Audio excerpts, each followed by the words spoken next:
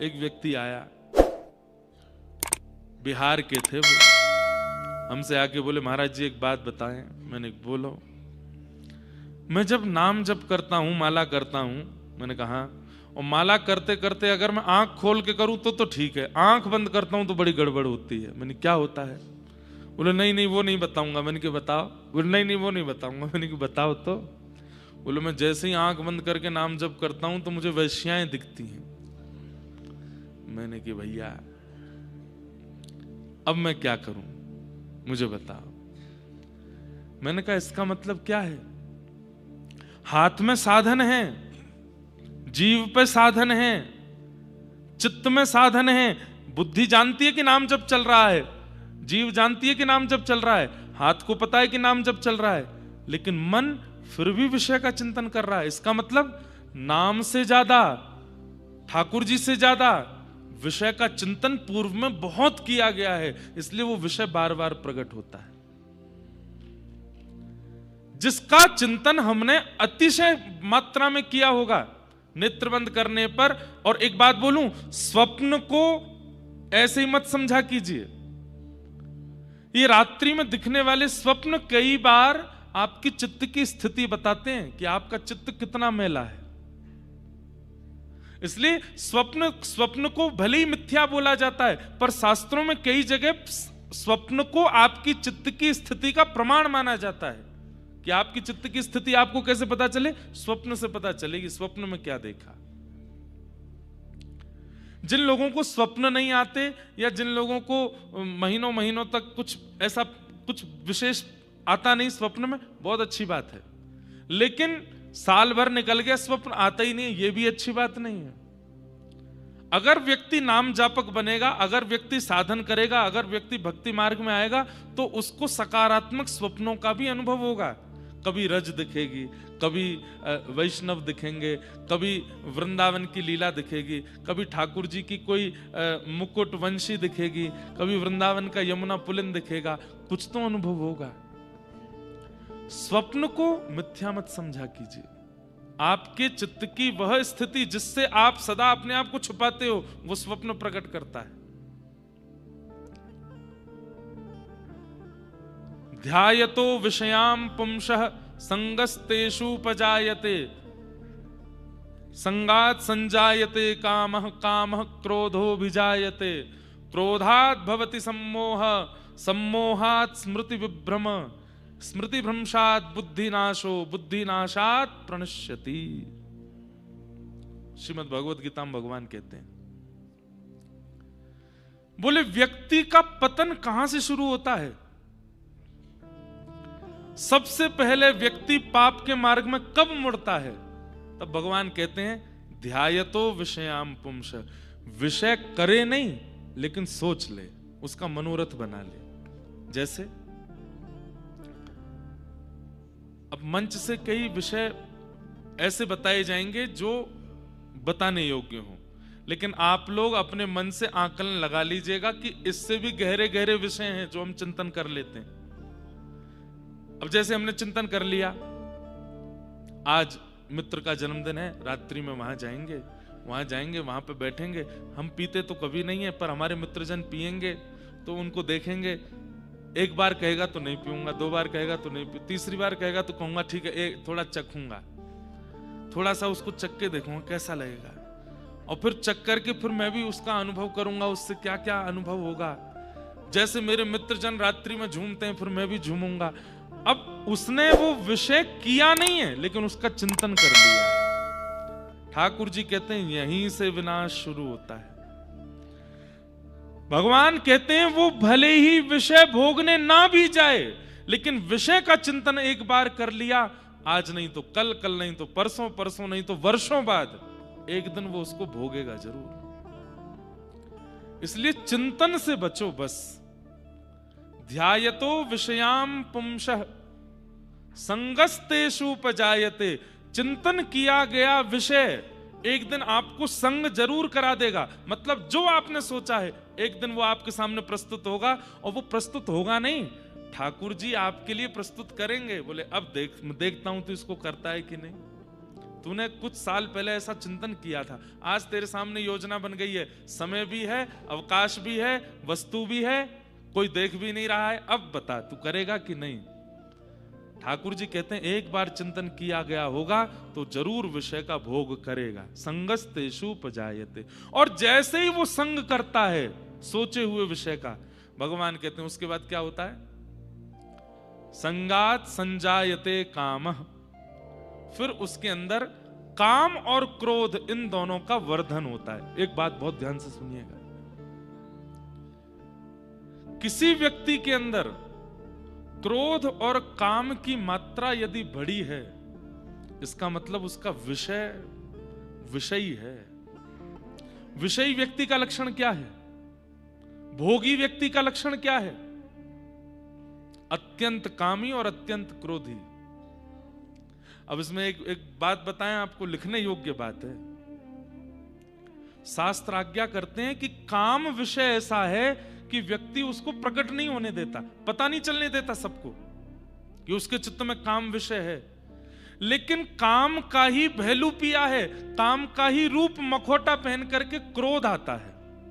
अगर किसी व्यक्ति में अनायास क्रोध है तो इस बात का प्रमाण है कि उसमें काम भी है। तो कहीं आप अगर अपना अनायास क्रोध प्रकट कर रहे हैं, बेवजह का क्रोध प्रकट कर रहे हैं, और वो क्रोध कभी कभी तबाही तक पहुंच रहा है, तो आप इस बात का प्रमाण दे रहे हैं कि आपके अंदर काम भी है, आपके अंदर विषय भी है, आपके अंदर भोग भी है।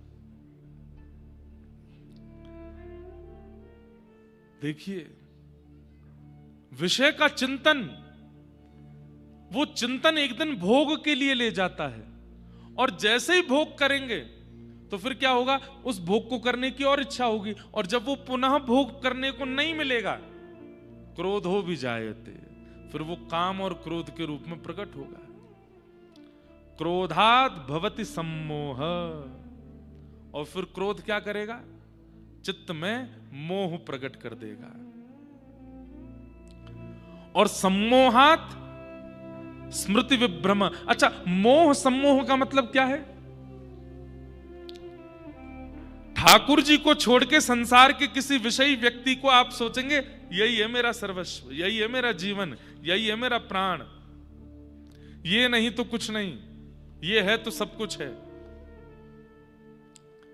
और फिर कई परिवार के लोगों को, शायद अपने में नहीं तो पड़ोसियों के में या कहीं पर अनुभव तो किया होगा, व्यक्ति इतना पागल हो जाता है एक व्यक्ति के पीछे, सब समझा रहे हैं अरे उसका पीछा छोड़ो, वो अच्छा आदमी नहीं है, लेकिन व्यक्ति उसी के पीछे लगा रहता है। क्रोध बुद्धि का नाश करता है। सम्मोहाद स्मृति विभ्रम।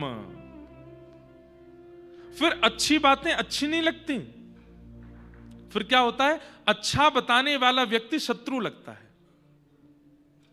आपको समझाने वाला, आपको टोकने वाला, आपको रोकने वाला, आपको समय समय पर सतर्क करने वाला व्यक्ति शत्रु लगने लगता है। और फिर जैसे ही सद्ज्ञान देने वाला व्यक्ति शत्रु लगने लगे, उसके बाद क्या होगा? बुद्धि नाश, बुद्धि का नाश हो जाएगा। और जैसे ही बुद्धि नाश होगी, सब काम उल्टे उल्टे करेगा, और बुद्धि नाशात प्रणश्यति, खत्म, उसका जीवन फिर वहीं नष्ट हो जाता है। ठाकुर जी कहते हैं फिर मैं उससे अपनी कमर कर लेता हूं, उसकी ओर देखता भी नहीं हूं। अब तू जाने तेरा काम, देखता रहे अपना जीवन कैसा है तेरा। जिसकी बुद्धि नाश हो जाती है। और बुद्धि नाश किससे होती है? ये सारी कड़ी आपको याद रखनी पड़ेगी। सबसे पहला ध्यान विषय का, फिर वो ध्यान एक दिन क्या कराएगा?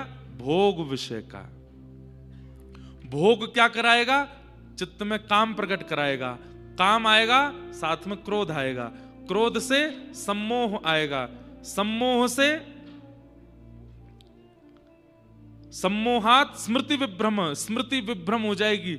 अच्छा प्रवचन करने वाले बुरे लगने लगेंगे, शत्रु लगने लगेंगे, और स्मृति ब्रह्म होते ही बुद्धि नाश, बुद्धि नाश हो जाएगी। ये 7 चीजें हैं, ये 7 सोपान हैं व्यक्ति के पतन के। उसका प्रारंभ कहां से होता है? अगर प्रारंभ रुक जाए तो पूरा रुक सकता है। तो प्रारंभ होता है विषय का चिंतन। हम आप सब लोग भी, यहां पर अधिकतर लोग वो बैठे हैं जो नाम जप करते हैं, कथा सुनते हैं, ठाकुर जी का दर्शन करते हैं, गंगा जी स्नान करते हैं, बद्री विशाल भगवान, केदारनाथ भगवान, गंगोत्री यमुनोत्री धाम करते हैं।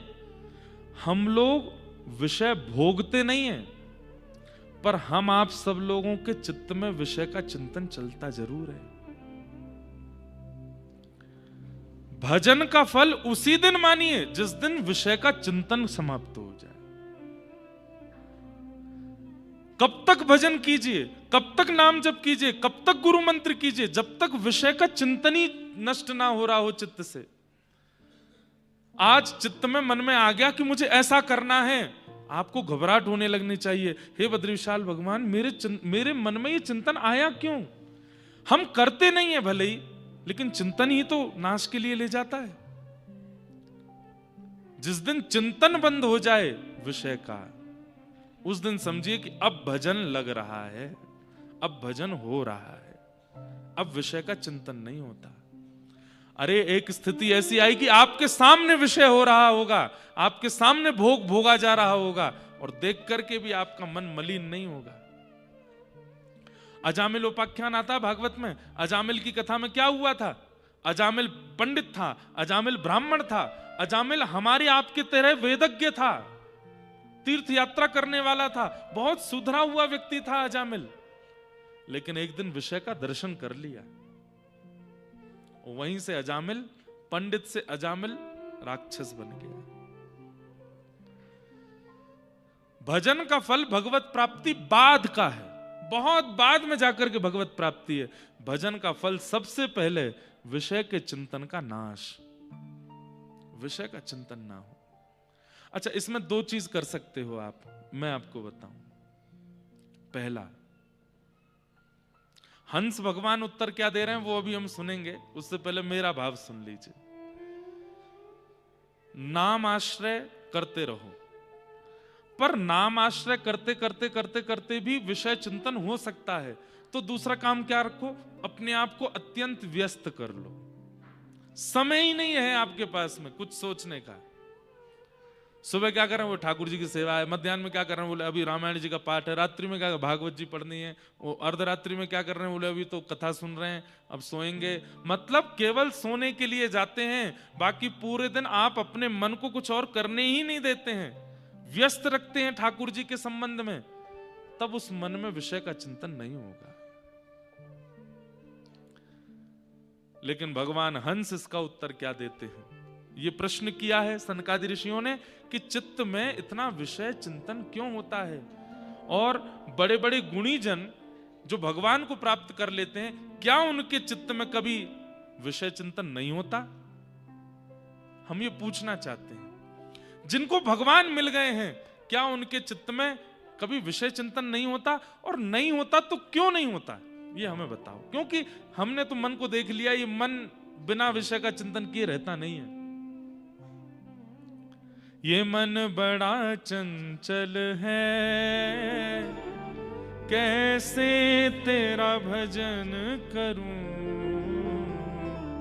ये मन बड़ा चंचल है, कैसे तेरा भजन करूं। जितना इस समझाऊं, जितना इस समझाऊं, उतना ही मचल जाए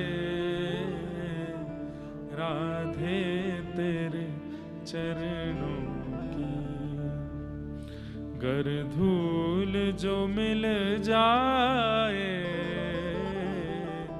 श्यामा तेरे चरणों की। एक बात बोलूं, बोलते बोलते मैं थक जाऊंगा, सुनते सुनते आप थक जाओगे, लेकिन बात का निचोड़ क्या निकलेगा? सब किसको समझा रहे हैं? केवल मन को।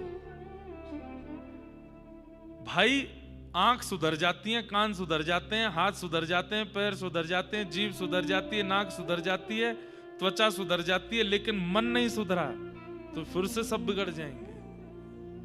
एक मन को ही समझाते हैं सब लोग। और ठाकुर जी कह रहे हैं, भैया मेरो सब पे वश है, तेरे मन पे मेरो वश नहीं है।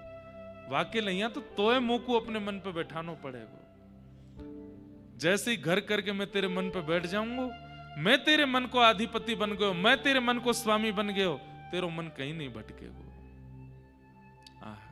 सूरदास जी का एक पद है, सुनाऊंगा, लेकिन पहले हंस भगवान का उत्तर सुनो। देहं च नश्वरम् स्थितमुत्थितं वा सिद्धो न पश्यति यतो यतो धग्यमत स्वरूपम् दैवादपेतमुत दैव शशादुपेतम् वासो यथा परिकृतं मदिरा मदान्ध। आहा, कितनी अच्छी बात। यहां पर हंस भगवान कह रहे हैं, अब हंस प्रकट कैसे हुए वो सुनो, कि प्रश्न किया सनत कुमारों ने ब्रह्मा जी से कि हे नाथ, ये चित्त से विषय का चिंतन जाता क्यों नहीं, और क्या भगवत प्राप्त करने वाले जो महापुरुष होते हैं उनके चित्त में भी कभी विषय नहीं आता, कृपा करके हमें इसके बारे में बताओ। तो ब्रह्मा जी बोले, अब इसके बारे में मैं क्या बताऊं, स्वयं ठाकुर जी ही इसका उत्तर दें। ब्रह्मा जी ने भगवान का स्मरण किया, इतने में ही सुंदर हंस रूप धारण करके ठाकुर जी प्रकट हो गए। और हंस रूप धारण करके जैसे ही ठाकुर जी प्रकट हुए, तो प्रसंग तो बहुत बड़ा है। सनत कुमारों ने पूछा, आप कौन हो? तो हंस भगवान बोले, अच्छा हमसे पूछ रहे हो हम कौन है? पृथ्वी अग्नि जल वायु आकाश, पंचभूतों से तुम बने, पंचभूतों से हम बने। ये विषय वार्ता क्यों कर रहे हो? अभी तो तुम बड़े तत्व ज्ञान की बात कर रहे थे, और अब तुम्हारे पास इतना अवकाश है कि तुम मुझसे पूछ रहे हो कि मैं कौन हूं। अरे पंचभूत के तुम, पंचभूत का मैं, पंचभूत का पूरा संसार। सनकादि घबरा गए, बोले आप नाराज हो गए, आप निश्चित परमात्मा है। हे भगवान, हमारी जिज्ञासा का समाधान करो। तब वही प्रश्न उन्होंने पुनः दोहराया। तब हंस भगवान ने उत्तर देते हुए कहा, भैया देखो, जिस प्रकार, अब उत्तर क्या दे रहे हैं सुनो। मदमस्त व्यक्ति, मदमस्त कौन होता है? मदिरा पान करने के बाद उस मदिरा के नशे में मदमस्त होने वाला व्यक्ति, उसको इतना भी भान नहीं होता कि मेरे शरीर पर कपड़ा टेढ़ा है, कि फट गया है, कि पजामा उतर गया है, कि कुर्ता फट गया है, कि जेब में छेद हो गया है। अरे उसको ये भी भान नहीं होता कि मैं रोड पर चल रहा हूं, कि कीचड़ में चल रहा हूं, मैं बिस्तर पर लेटा हूं कि नाली में लेटा हूं। अरे एक मदमस्त व्यक्ति पी करके नाली में गिर गया, सूकर आकर के उसके पांव को खुजाने लगे, किसी ने आकर के उसको निकाला। अरे क्यों निकाल रहे हो? अरे भाई नाली में, अरे नाली ये तो स्वर्ग है। अरे सूकर तेरे पांव काट रहे हैं, बोले अरे वो तो अप्सराएं हैं, चरण दबा रही हैं। मदमस्त व्यक्ति ऐसा हो जाता है। हंस भगवान कहते हैं, जिस प्रकार सामान्य से मदिरा पान करने वाला व्यक्ति, उसको अपने देह का जब भान नहीं रहता, ऐसे ही मेरे आराधन में जब व्यक्ति आ जाता है, तो मेरा आराधन, मेरा भजन, मेरा कीर्तन, मेरा प्रेम, वो तो उस मदिरा के नशे से बहुत ऊंचा है। जब उसके नशे में व्यक्ति आ जाता है तो उसको कोई भान नहीं होता, उसके चित्त में और कुछ आता ही नहीं है, उसके चित्त में केवल सदा मेरा चिंतन रहता है। एक बार मैं जिसको दिख जाता हूं, एक बार जो मुझे प्राप्त कर लेता है, उसके चित्त में अन्य साधन कभी भूल करके भी नहीं आते। क्यों? बोले मेरा प्रेम, मेरा आस्वादन, मेरा दर्शन, मेरा स्मरण, वो उस मध्य के नशे से बहुत ऊंचा है। और उस नशे में जब व्यक्ति पड़ जाता है, उसको और कुछ भान नहीं रहता। जित देखूं उतित श्याममयी है, मीराबाई जैसी स्थिति हो जाती है, सूरदास जैसी स्थिति। कहां इनके चित्त में विषय चिंतन होता है? सूरदास जी कह रहे हैं, मेरो मन अनंत कहां सुख पावे, मेरो मन अनंत कहां सुख पावे, मेरो मन अनंत कहां सुख पावे। गाइए। मेरो मन अनंत कहां सुख पावे। जैसे हाँ जैसे जहाज को पंछी उड़ के, जैसे जहाज को पंछी उड़ के पुनः जहाज में आवे, हाँ पुनः जहाज में आवे। मेरो मन अनंत कहाँ सुख पावे, मेरो मन अनंत कहाँ सुख पावे। ओ मेरो मन अनंत कहाँ सुख पावे, मेरो मन अनंत कहाँ सुख पावे। जैसे उड़े जहाज को पंछी, जैसे उड़े जहाज को पंछी पुनः जहाज में आवे, हाँ पुनः जहाज में आवे। ओ मेरो मन अनंत कहाँ सुख पावे, मेरो मन अनंत कहाँ सुख पावे। ओ मेरो मन अनंत कहाँ सुख पावे, मेरो मन अनंत कहाँ। जहाज जब अपना छोड़ देता है और उस समय जहाज पर जो पंक्षी बैठ करके निकल जाता है, बीच समुद्र में पहुंच जाने के बाद वो पंक्षी भले ही उड़ता है, जगह जगह ढूंढने के लिए कहीं जाऊं किसी पेड़ पे बैठूं, लेकिन अब तो बीच समुद्र में है, कहीं नहीं जाता, लौट के फिर जहाज पे ही आता है। हंस भगवान यही कह रहे हैं, मुझे भजने वालों की स्थिति ऐसी हो जाती है कि एक बार मेरा दर्शन करने के बाद, मेरा अनुभव करने के बाद वो चाह करके भी किसी और विषय का चिंतन करते हैं तो भी नहीं कर पाते, लौट के मेरे पास ही आते हैं।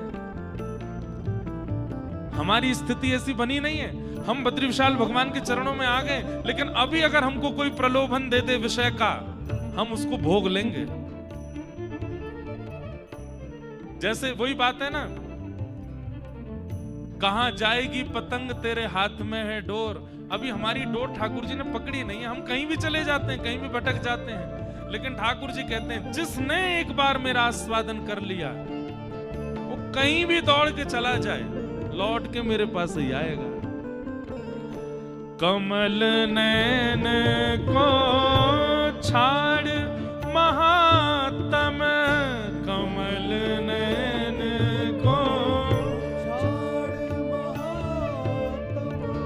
कमल नयन को छाड़ महात्म, कमल नयन को छाड़ महात्म। और देव को ध्यावे, और देव को ध्यावे। कैसे? हाँ परम गंग को छाड़ पियासो,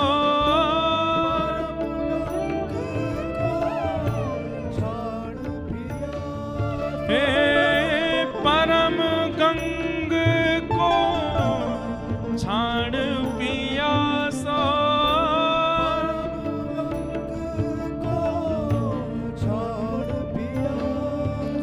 हाँ दुर्मति कूप खनावे, दुर्मति कूप। वैसे सूरदास जी के शब्दों की बलिहारी है, इतने सब सीमित शब्दों में कितनी बड़ी बात कह देते हैं। कमल नैन को छाड़ महात्म और कौन देव ध्यावे। अरे भैया, एक बार कमल नैन जिसको दिख गए हो वो और किसी को देखने की इच्छा क्यों रखेगा? बोले क्यों नहीं रखेगा? अरे जो साक्षात गंगा के तट पर रहता होगा उसको प्यास लगने पर कुआं खनवाने की आवश्यकता क्यों है? वो गंगा जी का पानी पिएगा। जो कमल नयन के चरण में बैठा है, जो बद्री विशाल के चरणों में बैठा है, उसको संसार के और सुंदर सुखद विषयों में जाने की आवश्यकता क्यों? और अगर वो बद्री विशाल आने के बाद भी गया अन्य विषयों में सुख प्राप्त करने के लिए, तो यही मानिए कि गंगा जी के तट पर प्यासा बैठा था, लेकिन पानी पीने के लिए कुआं के पास गया है, गंगा को नहीं पिया। मेरो मन अनंत कहाँ सुख पावे, मेरो मन अनंत कहाँ, हाँ मेरो मन अनंत कहाँ सुख पावे, मेरो मन अनंत। वैसे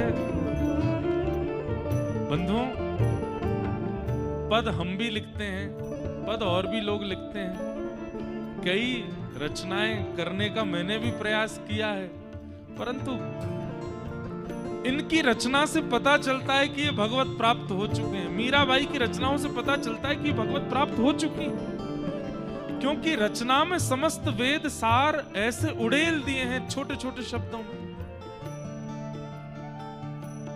आनंद है। अब क्या कह रहे हैं सूरदास जी? हाँ जिन मधुकर अम्बुज रस चाख्यो, जिन अम्बुज, जिन मधुकर अम्बुज रस चाख्यो, जिन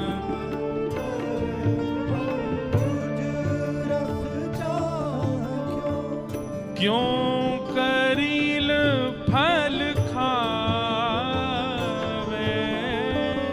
क्यों करील फल। मधुकर किसको कहते हैं? मधुकर मतलब मधु के सदा रस को लेने वाला, भौरा कहो, मधुमक्खी कहो, उसका अम्बुज रस यानी कि जहां वो सारा रस इकट्ठा करे, मतलब मधुमक्खी के छत्ते का शहद। जिसने एक बार चख लिया हो वो कोई कसैला फल क्यों खाएगा? एक बार जिसको शहद मिल गया हो वो मीठा मीठा मुख करने के लिए कसैले फल को चख करके क्यों देखेगा मीठा है कि नहीं। सूरदास प्रभु कामधेनु तजी, सूरदास प्रभु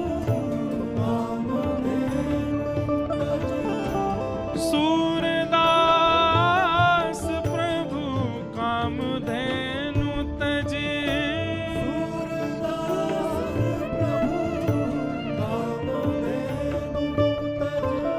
छेरी कौन दुहावे,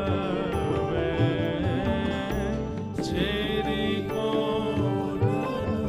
अरे जिसके पास कामधेनु गाय है वो अन्य दूध देने वाले पशुओं का दूध क्यों पिएगा? कामधेनु का दूध पिएगा। ये कामधेनु कौन है? ये मधुकर कौन है? ये कमल नयन श्री कृष्ण ही तो हैं। एक बार जिसने इनको चख लिया, जिसने इनका आस्वादन कर लिया, वो भी गाने लगेगा, मेरो मन अनंत कहाँ सुख पावे, मेरो मन अनंत कहाँ सुख पावे, हे मेरो मन अनंत कहाँ सुख पावे, मेरो मन। जैसे उड़ जहाज को पंछी, जैसे उड़ जहाज को पंछी, पुनी जहाज में आवे, ओ पुनी जहाज में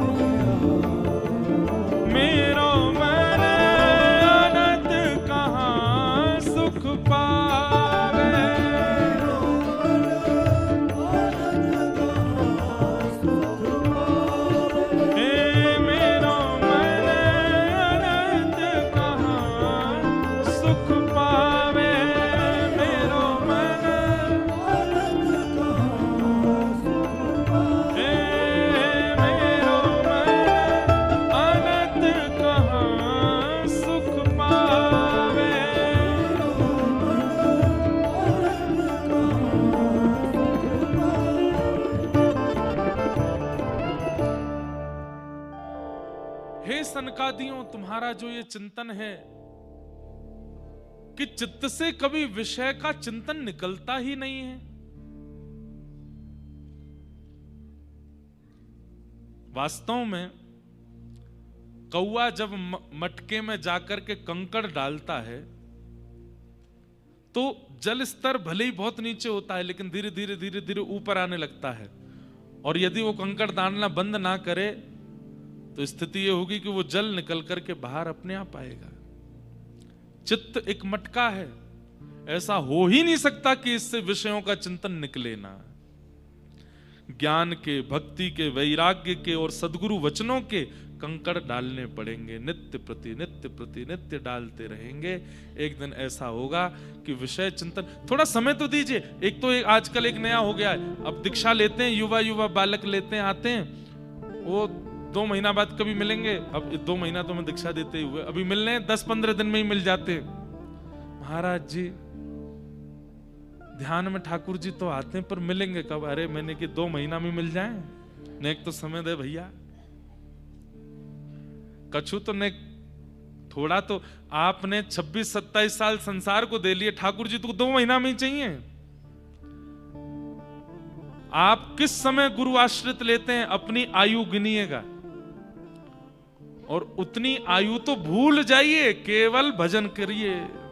उतने साल तो केवल करते रहिए। उसके बाद सोचिएगा कि अब इतने साल मैंने गुरु आज्ञा को भी दिए, अब तो ठाकुर जी को मिलना चाहिए। बात समझ में आ रही? मान लीजिए कि आप बद्रीनाथ भगवान के चरणों में 30 साल संसार में भटकने के बाद 30 साल की आयु में आए बद्रीनाथ, और बद्रीनाथ आकर के अब मन शुद्ध हो गया, चित्त पवित्र हो गया, देहाभिमान नष्ट हो गया, अब संसार का विषय छूट गया। अब आपको प्रतिदिन ये लग रहा है कब मिलेंगे नारायण, कब मिलेंगे नारायण, कब मिलेंगे नारायण। 30 साल संसार को दिए थे ना, बिल्कुल हिचकिचाहट किए बगैर दिए थे ना, अब इतना ही ठाकुर जी को भी दो, 30 साल दो। मेरा कहने का मतलब ये नहीं कि 30 साल में ही मिलेंगे, पर आपको मन में यही रखना चाहिए कि 30 साल तो देने ही देने हैं। बराबरी जब हो जाएगी संसार की और भजन की, तब पूछेंगे ठाकुर जी अब कब मिलोगे, अब मिलोगे। अब तो आपको भी दिया ना समय, 30 साल नहीं लगेंगे, मिल तो ठाकुर जी संसार की तरह थोड़े हैं, ठाकुर जी जल्दी प्राप्त हो जाते हैं। लेकिन थोड़ा समय तो दीजिए अपने आप को, चिंतन के लिए, ध्यान के लिए, ज्ञान के लिए। हां, 30 साल में जाकर के ये होगा कि वो जो चित्त का घड़ा है वो सद्गुरु वचन और कथा प्रसंगों से वो भर जाएगा, और जो विषय चिंतन भरा हुआ था वो धीरे धीरे छलक करके बाहर हो जाएगा। और फिर उसके बाद क्या होगा? उसके बाद श्री कृष्ण आएंगे और आकर के वो जो जितने सद्गुरु वचनों के जो सुंदर सुंदर आपने उसमें सुमेरु डाले हैं, उन सुंदर सुंदर सुमेरुओं को निकाल करके सुंदर घड़े के चारों तरफ सजा देंगे, और फिर उसमें केवल प्रेम लक्षणा भक्ति का रस घोल देंगे, और कुछ फिर चिंतन में नहीं आएगा।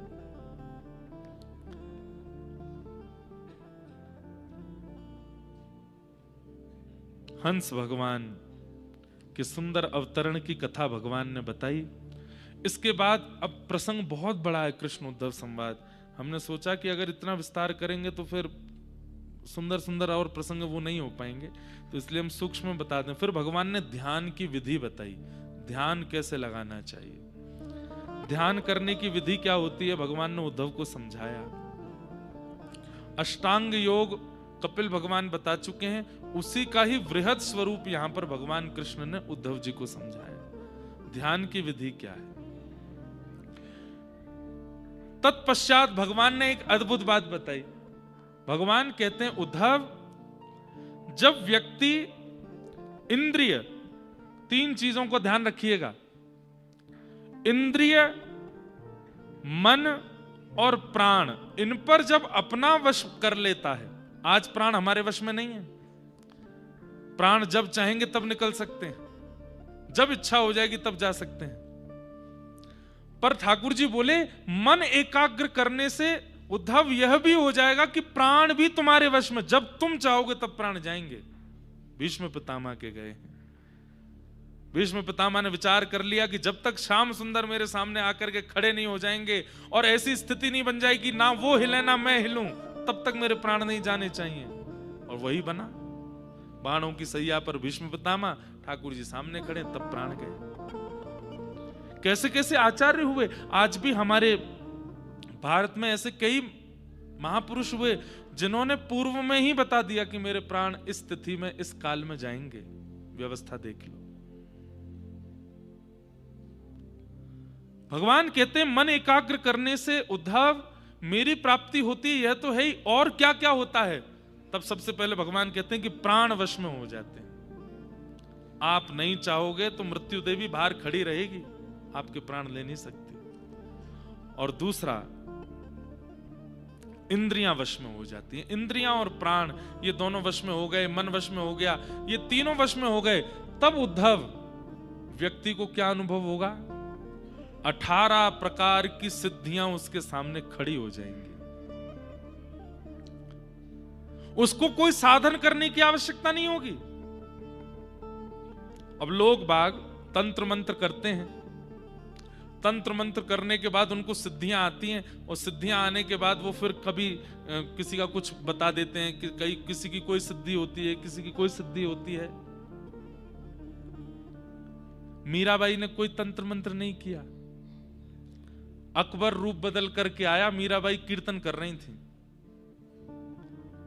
कोई नहीं पहचान सकता अकबर को। बीरबल के साथ में आया था, तानसेन के साथ में आया था अकबर मीराबाई का स्वर सुनने के लिए। किसी ने मुझे कुछ दिन पहले भेजे कि महाराज जी मीराबाई का जन्म तो पहले हो चुका था, अकबर तो बाद में हुआ, आप कैसे कथा में बता रहे थे। मैंने कहा भैया हमारे पास मीरा चरित्र उसमें स्पष्ट लिखा है, और वो मीरा चरित्र भी प्रमाणित है। मीराबाई के ही वंशज हैं, अभी वृंदावन में हैं एक सौभाग्य कुमारी बाई जी, उन्होंने उस ग्रंथ को लिखा है। उन्होंने उसमें अंकित किया है कि अकबर आया था और बीरबल के साथ रूप बदल करके आया।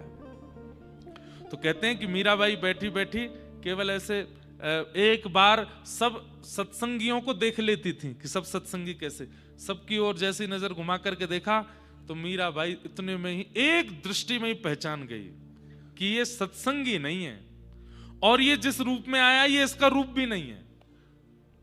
जब सत्संग पूरा हुआ तो सब लोग मीराबाई को प्रणाम करने लगे, बाई सा जा रही हैं। दूर खड़े थे अकबर और बीरबल, उन्होंने भी वाह आपने बहुत सुंदर संगीत गाया। मीराबाई जग खड़ी हो गई, कौन हो तुम? तो अकबर बोला हम आगरा के एक व्यापारी हैं।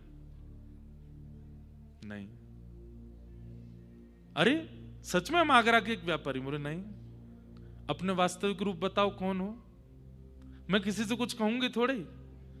नहीं हम आगरा के व्यापारी हैं। बोले तुम्हारे शब्दों से और तुम्हारे नेत्रों से और तुम्हारे उठने बैठने की स्थिति से पता चलता है तुम किसी जगह के राजा हो। कौन हो बताओ? बादशाह अकबर बीरबल से बोला पहले तो मैं इनके स्वर पे मोहित हुआ, अब तो मैं इनकी बातों पे, इनको कैसे पता कि मैं कौन हूं? और अकबर ने तुरंत अपना रूप प्रकट किया। वहां खड़े सब लोग हक्का बक्का, अकबर खड़ा है। उस समय एक छत्र राजा था भारत का। अब बाई साहब को कैसे पता चल गया कि वो अकबर है? जो केवल स्वच्छंद भक्ति करता है, प्रेम लक्षणा भक्ति करता है, ज्यादा प्रपंचों में नहीं पड़ता ना, तो प्रपंच करके प्राप्त होने वाली सिद्धियां अपने आप उसके पास आ जाती। आज अब मैं अपनी कोई प्रशंसा नहीं कर रहा हूं, पर एक मैं बात बता रहा हूं। आज एक भाई आए और वो सोच के आए थे कि महाराज जी मेरा यही नामकरण करें दीक्षा में। मुझे तो नहीं पता था। उनका नाम था शायद विपिन। बैठे होंगे यहाँ पे दो बैठे विपिन ही नाम था ना आपका? तो ये पहले ही सोच के आए, ऋषिकेश से आए तो ये सोच के आए कि महाराज जी मेरा नाम रखें विपिन बिहारी। तो जैसे ही ये आए तो इन्होंने कहा दीक्षा में पंच संस्कार होते हैं, पहले तप्त होता है, पुण्य होता है, नाम होता है, मंत्र होता है, फिर नाम होता है। तो नाम जब करण करना था तो हमने पूछा क्या नाम है, बोले विपिन। मैंने कहा आपका नाम विपिन बिहारी रामानुजदास। तो ये बोले महाराज जी मैं ये सोच के ही बैठा था कि आप मेरा यही नाम रखो। अब ये कोई सिद्धि नहीं है, पर व्यक्ति जब सामान्य भक्ति करता है और केवल प्रेम लक्षणा भक्ति करता है, ज्यादा प्रपंचों में नहीं रहता है, ठाकुर जी से लेना ठाकुर जी से देना, मगन रहना और किसी विषय वार्ता में नहीं रहना, सिद्धियां अपने आप उसके चलते फिरते काल में आने लगती हैं।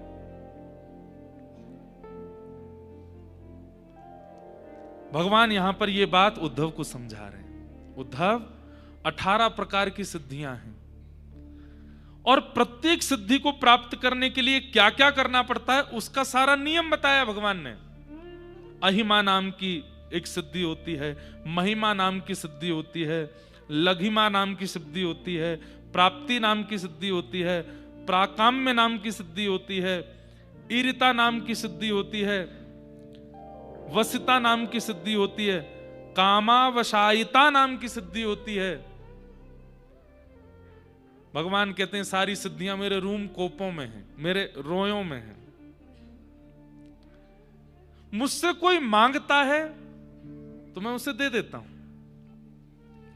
लेकिन उद्धव, जब व्यक्ति बिना प्रपंच में पड़े केवल मेरा स्मरण करता है, मुझसे प्रेम मानता है, मेरी भक्ति करता है और मुझसे कभी कुछ मांगता, दीयमान न ग्रहणंती, मैं उसको देना भी चाहूं तो वो मना कर देता, नाथ और कुछ मत दीजिएगा मुझे। हमारे ब्रज के कैसे रसिक रसिक संत वो किशोरी जी से प्रार्थना कर रहे हैं, हे श्यामाजू आप मुझसे प्रसन्न होकर के कहीं मुझे श्रेष्ठ मत बना दीजिए, मुझे दीन ही रहने दो। इस प्रकार की भावना जिसके चित्त में रहती है ना उद्धव, उसके संग सदा मैं रहने लगता हूं उसके चित्त में, और मेरे निवास होने के कारण मैं जिन 18 सिद्धियों से युक्त हूं वो सारी 18 सिद्धियां उसके आसपास होने लगती हैं। अब उसको नहीं पता कि आपने उसके बारे में क्या कहा, लेकिन आप जब उसके पास में गए तो आपका मुख देख करके वो बोलने लगा, कहीं ऐसी चर्चा हो रही थी क्या? आप घबरा गए, अरे इसको कैसे पता हमने क्या बोला?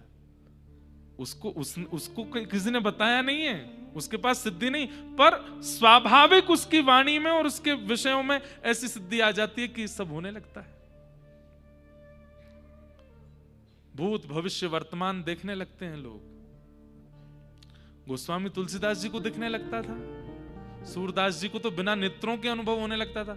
सूरदास जी की तो एक उनके चरित्र आप जब पढ़ोगे सूरदास जी का, तो उसमें तो प्रधानता है कि सूरदास जी महाराज अपने घर के बाहर चौबारे पे बैठते थे। जब वो सूरदास बने नहीं थे तब लोग बाग, गांव के लोग आते थे, नेत्र उनके थे नहीं, तो लोग आके पूछते हमारी भैंस नहीं मिल रही, कहाँ है?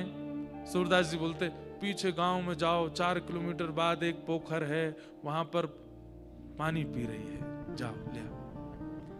अरे हमारे बेटे का ब्याह कब होगा? पश्चिम दिशा में एक घर है, उस घर की एक कन्या है, उससे विवाह आपके पुत्र का होगा, बता देते थे चैतन्य महाप्रभु। सिद्धियां अपने आप प्रकट होने लगती, उनकी सामान्य वार्ता में होने लगता था। भगवान कहते हैं इस प्रकार जो अनायास और निष्काम भाव से मेरा केवल प्रेम लक्षण भाव से भजन करते हैं, उनके चित्त में अपने आप ही सिद्धियां प्रकट होने लगती हैं। उद्धव, भगवान ने सिद्धियों के विषय में बताया, फिर बीच में और भी कई प्रश्न किए। एक जगह आकर के उद्धव कहने लगा, बोले कि बहुत देर से आप मुझे बहुत सारे उत्तर दे रहे हैं, अब मुझे एक बात बताइए। बोले क्या? मानव के कल्याण का सबसे बड़ा साधन क्या है? मानव कल्याण का सबसे बड़ा साधन, एक श्लोक में उत्तर दीजिएगा, ज्यादा बड़ी बात नहीं सुननी मुझे, एक बार में बता दीजिए मानव कल्याण का साधन क्या है। भगवान हंसने लगे, उद्धव के गले में हाथ डाल करके बोले इधर आओ सुनो। और भगवान क्या कहते हैं कि न देह माध्यम सुलभम सुदुर्लभम प्लवम सुकल्पम गुरु कर्णधारम मयानुकूलेन नभस्वते ऋतम पुमान भवाब्धिम न तरेत्स आत्मः। उद्धव, क्या बोले तुम? मानव कल्याण का साधन क्या है? सबसे पहला कल्याण तो यही है कि वो मानव है। भगवान क्या कह रहे हैं? उसका कल्याण निश्चित है। इस बात का सबसे बड़ा प्रमाण क्या है? कि वो मानव है, वो कोई जानवर नहीं है। उद्धव, वो कोई अन्य जाति में होता, अन्य जीव योनि में होता, पशु होता, पक्षी होता, किसी अन्य भावों में विचरण कर रहा होता, तो उसे ये प्रश्न करना चाहिए मेरा कल्याण कैसे होगा? मैंने मानव बना करके भेजा है, इसका मतलब कल्याण करके ही भेजा है। अब इस शरीर को माध्यम बना करके इससे अपना कल्याण कर ले। मानव का सबसे बड़े कल्याण का साधन क्या है? उसका अपना शरीर। तुमने कहा था एक वाक्य में उत्तर देना, दे दिया मैंने। आप लोग मेरे पास आए, बोले महाराज जी हम तो जा रहे हैं वापस बंबई, हम तो जा रहे हैं वापस दिल्ली, हम आपको दे जा रहे हैं 2-2.5 लाख रुपए, क्या हमारी तरफ से आप तप करो यहां बैठ करके बद्रीनाथ में। भैया ये कोई जॉब थोड़ी है कि आपके नाम से मैं कर दूं, पैसा आपको मिले। तप आपको ही करना पड़ेगा। आप वहां विषय भोग रहे हैं और यहां बैठ करके मैं आपके नाम से तप कर रहा हूं। आपको मैं कोई बद्री विशाल भगवान तो कर ही रहे हैं सबके लिए तप, लेकिन फिर भी आप अपने शरीर का खुद माध्यम ना बन करके, खुद अपने शरीर से अपना कल्याण ना करके किसी अन्य से अपने कल्याण की कामना चाह रहे हैं, ये संभव नहीं है। भगवान कहते हैं मानव बन करके आए हो, इसका मतलब कल्याण ठाकुर जी चाहते हैं कि तुम्हारा कल्याण हो, इसीलिए मानव बना करके भेजा है। उद्धव मंद मंद मुस्काने लगे, बोले क्या उत्तर देते हैं आप? बोले तो मेरे उत्तर में गलती कहां है उद्धव? अगर मानव ना होते तो कल्याण कैसे होगा, ये पूछना चाहिए था। सूकर पूछे, कुकर पूछे, छिपकली पूछे, कॉकरोच पूछे, मेरा कल्याण कैसे होगा? तो उसको हम कुछ बताएं भी। अब मानव पूछ रहा है, आंख वाला, नाक वाला, जीभ वाला, कान वाला, मन वाला, हाथ वाला, पैर वाला पूछ रहा है मेरा कल्याण कैसे होगा? अरे जो शरीर मिला इसी से होगा। तुम मानव हो, यही कल्याण का कारण है। लेकिन अब आगे उद्धव मेरी और सुनो। लेकिन इस शरीर को कल्याण के मार्ग पर पहुंचाने के लिए किसकी आवश्यकता है? गुरु कर्ण धारम न देह माध्यम सुलभम सुदुर्लभम प्लवम सुकल्पम गुरु कर्ण धारम। एक उम्र निकल जाने के बाद, 20-25 वर्ष निकल जाने के बाद भी अपना कल्याण नहीं कर पाया है, तो फिर किसी की वाणी सुनकर के किसी को अपने गुरु रूप में देखे और उसकी वाणी का पालन करना प्रारंभ कर दे। गुरु कर्ण धारम, गुरु की आज्ञा का पालन करे, गुरु के चरणारविंदों में रहे। बंधुओं, गुरु तत्व समझना, भगवत तत्व समझने के लिए हम लोग बैठे हैं, पर पहले गुरु तत्व तो जान लें। गुरु तत्व क्या है? कोई मानव नहीं है, कोई इंसान नहीं है, कोई शरीर नहीं है गुरु। गुरु का गुरुत्व उसके तप से बने नहीं, कई बार शिष्य के शिष्यत्व और शिष्य के विश्वास से गुरु की योजना होती है। बहुत ध्यान से सुनिए सब लोग, इधर देखिए। शिष्य का शिष्यत्व प्रगाढ़ होना चाहिए। गुरु अगर सामान्य भी होगा, शिष्य यदि शिष्यत्व में प्रगाढ़ है तो गुरु भी श्रेष्ठ हो जाएगा। कितने ऐसे शिष्य हुए हैं जिनके गुरु असामान्य थे, बिल्कुल ज्यादा विशेष नहीं थे, सामान्य थे, लेकिन शिष्य के शिष्यत्व से वो असामान्य हो गए। गुरु के वचन अटल कर मानो, साधु समागम कीजय। गुरु के वचन अटल कर मानो, साधु समागम कीजय। मन रे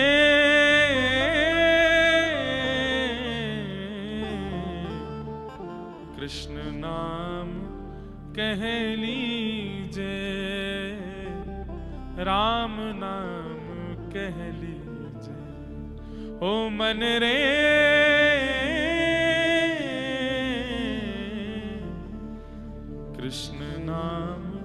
कह लीजिए, राम नाम कह लीजिए। एक बार करके देखिए, अगर आपके गुरुदेव कह देते हैं ऐसा करो, तो वो करने में कितना धन लग रहा है, कितना परिश्रम लग रहा है, मेरा सब कुछ लुट रहा है, उसका विचार मत कीजिए। वैसे होगा नहीं ऐसा, पर एक बार अगर गुरुदेव ने कह दिया ये करो, तो उसमें फिर विचार मत करो, विश्वास करके उस क्रिया को करने लग जाइए। मैं कथा में कहा करता हूं, गुरु आज्ञा नहीं देते, गुरु सामर्थ्य देते। उन्होंने जो बात कही है उसकी सामर्थ्य भी गुरु देते हैं। आप करो। प्रमाण के रूप में मैं खुद हूं। मैं जो कथा सुना पा रहा हूं, जो कह पा रहा हूं, जो मैं अनुभव कर पाता हूं, ये सब गुरु कृपा है। केवल उनकी वाणी के प्रति अटूट विश्वास। एक बात कहें बंधुओं, गुरु से जिद मत करो, चाहे हाथ अपने सिर पर धरवाने की ही हो, इसकी भी जिद मत करो।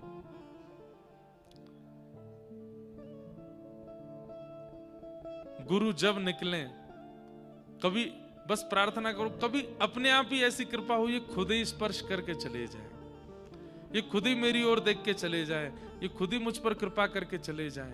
मैं इनसे प्रार्थना नहीं करूंगा, मैं इनसे जिज्ञासा नहीं करूंगा, भले इस जिज्ञासा में मुझे 10 वर्ष निकल जाए, मैं नहीं कहूंगा ये कृपा कर दे। ऐसे गुरु के प्रति अटूटता जब होती है,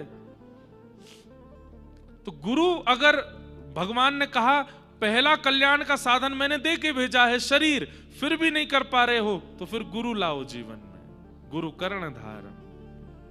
और जैसे ही गुरु जीवन में आ जाएंगे, उनके प्रति विश्वास प्रकट कर लो, उनकी वाणी और उनके कथामृत, उनके प्रवचनामृतों को ऐसे पालन करने लग जाओ जैसे यही है सर्वस्व।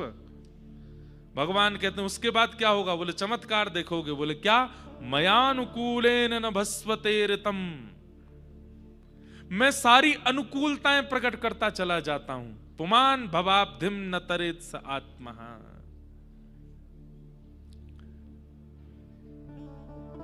गुरु की आज्ञा जब शिष्य पालन करता है, तो ठाकुर जी कहते हैं अनुकूलता मैं प्रकट करता हूं। फिर उसके शिष्यत्व से प्रसन्न होकर के उसके जीवन में उपलब्धियां मैं प्रकट करता हूं। फिर सहजोबाई का प्रसंग, आहा, बहुत सुंदर पद है।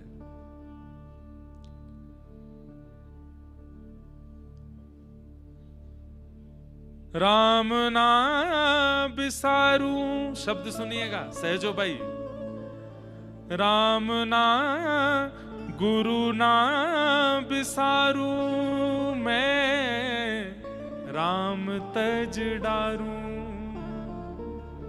गुरु ना बिसारू, मैं राम तज डारू। एक बार को, अब सहजोबाई की इस कट्टरता पे आप में से कईयों को संशय हो सकता है, पर सहजोबाई कहती हैं, हे राघव, मैं आपको छोड़ दूंगी लेकिन अपने गुरुदेव को नहीं छोड़ सकती। सहजोबाई की कथा में इतना सुंदर प्रसंग आता है कि आज सहजो की कुटिया पर उनके गुरुदेव आ रहे हैं, श्री श्याम चरण दास जी महाराज, सहजोबाई के गुरु। संबंध में, पूर्व संबंध में आप दोनों बहन भैया ही लगते थे, एक दूसरे के बहन भाई ही लगते थे। दूर का संबंध था बुआ मामा के बालकों में, पर सहजोबाई ने जब से इनको देखा तब से इनके प्रति इतनी निष्ठा हो गई, इनको गुरु मान लिया। प्रार्थना की मेरी कुटिया पर आओ। तो आज सहजोबाई ने रात भर बैठ करके अपनी पूरी कुटिया को सजाया, मार्ग को सजाया, सुंदर आसन बना रही है, सामग्री बना रही है, सब तैयारी कर रही है, मेरे गुरुदेव आएंगे आज। लेकिन जैसे ही गुरुदेव के आगमन की खबर पड़ी, सहजो हाथ में थाल लेकर के, माला लेकर के द्वार पर आकर के खड़ी हो गई, गुरुदेव का स्वागत करूंगी। लेकिन तभी क्या दिखती है? श्याम वर्ण की कांति, पीतांबरी पहने हुए, सुंदर लकुटी, सुंदर भ्रकुटी, सुंदर मुकुट धारण किए हुए गुरुदेव के ठीक बगल में ठाकुर जी भी आ रहे हैं। ठाकुर जी भी आ रहे हैं, गुरुदेव भी आ रहे हैं। सहजो बाई ठाकुर जी को देख करके प्रसन्न तो बहुत हुई, लेकिन मन में चिंतित हो गई, पहले किसको पूजूंगी? ये तो गुरुदेव और ठाकुर जी दोनों साथ में आ रहे हैं, मैं पहले किसको वंदन करूंगी?